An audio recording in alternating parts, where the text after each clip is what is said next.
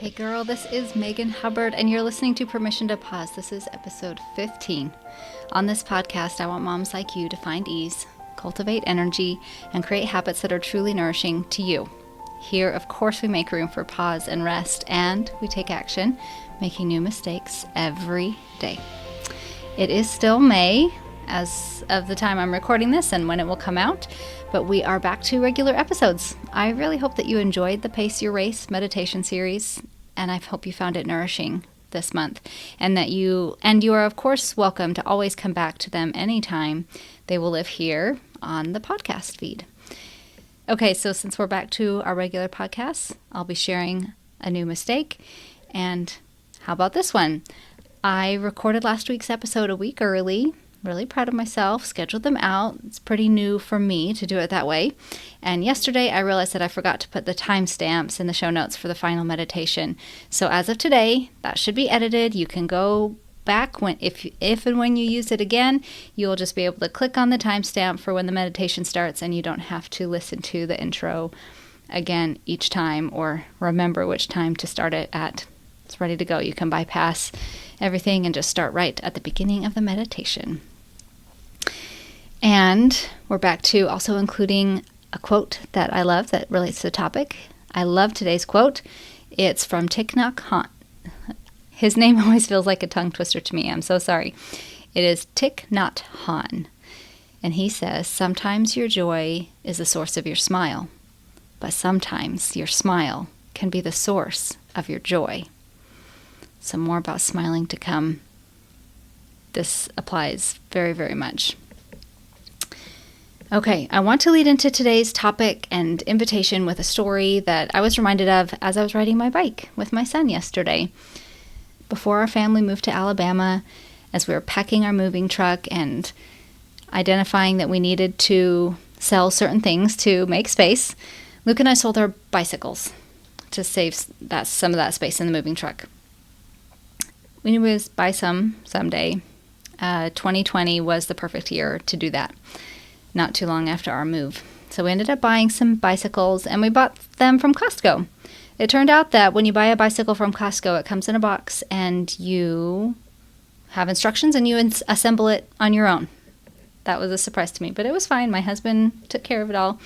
But one thing with my bike, we noticed on one of our first family bike rides with these bicycles, was that my brake gets stuck on after I use it. And it's not on hard, like it's not squeaking, but I can just barely hear the friction. And I actually first noticed it when we went on a family bike ride. And my husband, because we had at that point a 1 or 1.5-year-old was our youngest, and he had a child seat that went on the bar in between his seat and the handlebars. So we had our toddler in the front of him, and then we had just bought a tandem bike attachment for our preschooler, and we thought we'd be able to switch it back and forth between bikes, but we didn't have enough hardware. It was only for one bike, and he happened to have the hardware all on his bike for the children. And he said he was fine taking them both. So he had our toddler in the front, he had our preschooler on the tandem bike, we had our 2 older children on their own bikes, and we were riding along, and they just kept being so far ahead of me. It was so hard for me to keep up with them. My legs were getting tired. This was not on a hill. This was going straight, and I am not the most fit person, especially when it comes to endurance, but we'd only gone about half a mile, and I was panting, and I could not keep up. I kept having to ask them to hold up for me, or I'll catch up soon, and I was about to turn around after half a mile. I was so tired, and I couldn't figure out why. No matter what gear I changed my bike to, it didn't get easier enough for me to keep up with them. And I thought it was me.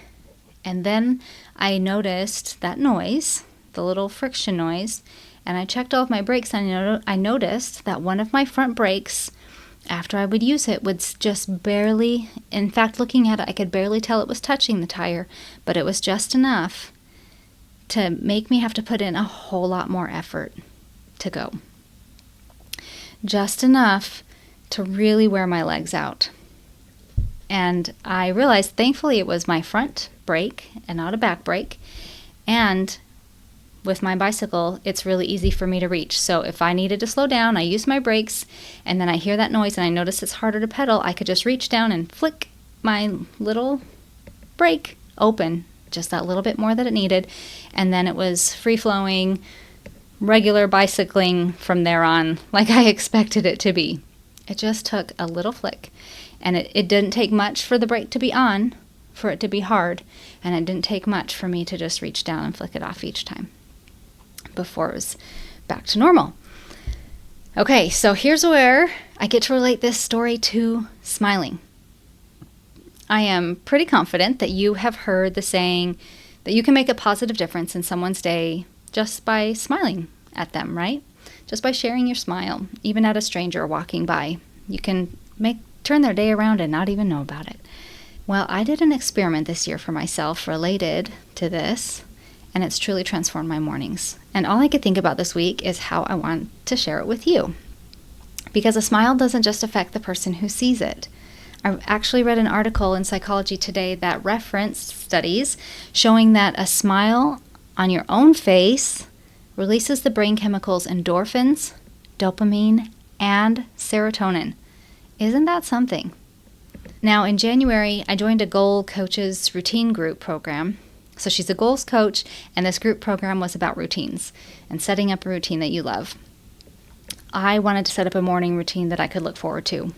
Because for me, many mornings of my adult life looked like my alarm going off, and I would have a big sigh or maybe a groan, and I don't want to get up. Didn't want to get out of my blankets. Maybe the sun wasn't up yet. Just still feel kind of tired. I would like to roll over and not have it be time to get out of my blankets yet. And if I got up right away, walked to the bathroom, maybe I'm still a little stiff, and turn the lights on and I'm squinting, and it's more, my face would probably look more of like an unintentional scowl. Not because I was actually scowling, but just the tiredness and the bright lights in my face and my eyes not wanting to open all the way yet, looking down, kind of shuffling my feet.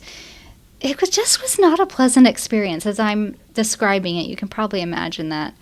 It was more of an, okay, here we go experience. I really wanted a morning routine that I could look forward to and that felt nourishing. So the morning routine I created does include nourishing acts like a few minutes of some yoga stretches, some cat-cows, some child's pose, some other reaching and forward-leaning stretches, just a few minutes of that, drinking some water, so nourishing. And all these actions triggered thoughts like, this is so nice. I really appreciate this. This is self-care. I'm taking care of myself.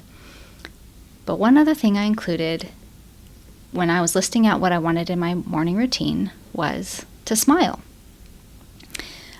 I could tell how much that scowling-like face was affecting my attitude for the morning, and I wanted there to be a smile included somewhere in there. I wanted a sincere, genuine smile as part of the morning routine. As I pictured how I wanted to experience waking up and starting my day, I really did just want to have fewer scowls and more smiles. Not that I needed to be smiling constantly, not that it had to be forced or insincere, but a smile. So sometimes I smile when I'm stretching. Maybe I'm even still in bed and just reaching above and out, and I'm smiling. But then I started to also make sure I looked at myself in the eyes, in the mirror, and smiled at myself. Because I noticed that most of my mirror time was actually more about appearance and evaluating. Like, do I have any flyaways in my ponytail? Anything I need to tuck in? Or did I put on too much brush? Or do I have food in my teeth? Or should I half tuck this shirt or pull it out or tuck it all the way in? Just things like that, appearance and evaluating. And sometimes, and I didn't ever really look at myself and connect with myself. And as I, again, was like last week, or like one of the bonus episodes talking about many mental rehearsals, as I was creating this routine and imagining how my morning would feel, I wanted to connect with myself with a smile. And it even evolved into talking out loud to myself with a little message or pep talk. And each day looks and sounds different because I am wanting it to be sincere. Sometimes it's really understanding or encouraging. And the smile is more of an understanding smile. And I might say, hey, I know you didn't sleep well last night. There was a lot of tossing and turning. Or, hey, I know last night's shift at work was pretty hard and we got to go back tonight, but you can do it. I love you. I believe in you. It's going to be okay. You've got this. And sometimes it's just really sweet, like, hey, it's good to see you. I'm glad to see you this morning and to be with you today. Sometimes it's gleeful or peppy. Sometimes I've just started to walk out of the bathroom and I realize I didn't smile, and I kind of hop back and say like, oh, hey, forgot to smile. Good to see you. Let's go do today. It's just different depending on what I need, but it's a sincere one. So as I did this, as I was doing this daily, and as I was preparing for this episode, I was reminded of when my children were infants and toddlers. I remember them being just small enough to look in the mirror at themselves and how happy they looked to see their own reflection. And I don't think that they, for a while at the beginning, even knew that it was themselves, but they would see their own face and they would just smile and kick as I held them there. And then as they got a little bit older, closer to 1, and they could stand on the sink, and maybe little, older siblings were brushing their teeth, and they would just stand there and they'd, have their hands on the mirror and look at themselves and just be so happy to see their own reflection. And we'd started a routine of, okay, give yourself a kiss, and they'd kiss themselves in the mirror the way babies do their kisses. And even going into like early toddler, we'd still do that. Okay, give yourself a kiss goodnight before going to bed. And even as they moved on into preschool years, sometimes it was brush your teeth. Okay, blow yourself a kiss in the mirror and say goodnight. And they'd blow themselves a kiss and wave. And I just remember thinking to myself, what if adults did something like that? What if adults were that happy to see themselves in the mirror and were that loving to themselves in the mirror? And I think that may have subconsciously been in my mind as I was creating this routine, because I wasn't thinking of that as I included the smile. But these memories and thoughts are coming back, and I see how it's all connected. And my experiment has been going back to that story of my bike with a stuck brake, and all I had to do was reach down and flick it off. My experiment has been like flicking the brake on my bike tire. After the smile in the mirror, my life circumstances haven't changed. I'm still on a bike ride. But I have changed in how I'm leaving my room to meet the circumstances of my life. I have changed in my trust and confidence in myself to meet them. I am more connected to me. And it was as brief as a flick on the brake, taking that brake off. Smiling takes the brake off of my morning.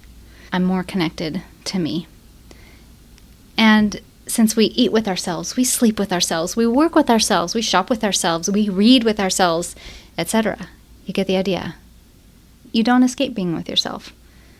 Start off the day with that good connection. So here's our quick recap and my invitation to you. Try the morning smile experiment. Smile at yourself in the mirror each morning. Get your morning shot of dopamine, endorphins, and serotonin. Let your smile make a difference in your own day. Smile because you're alive, because you're loved, and because you're capable. I care about you. I believe in you. You are simply wonderful and in every way worth smiling at. And if you know a mom who's up for a fun experiment like this too, would you share this episode with her? Let's all do it together. It really has been a joy to be with you as you listen today. Season 1 of Permission to Pause will be ending in a few weeks for a summer break, but it's not quite yet, so until next week, eat lunch and make some new mistakes. Take care.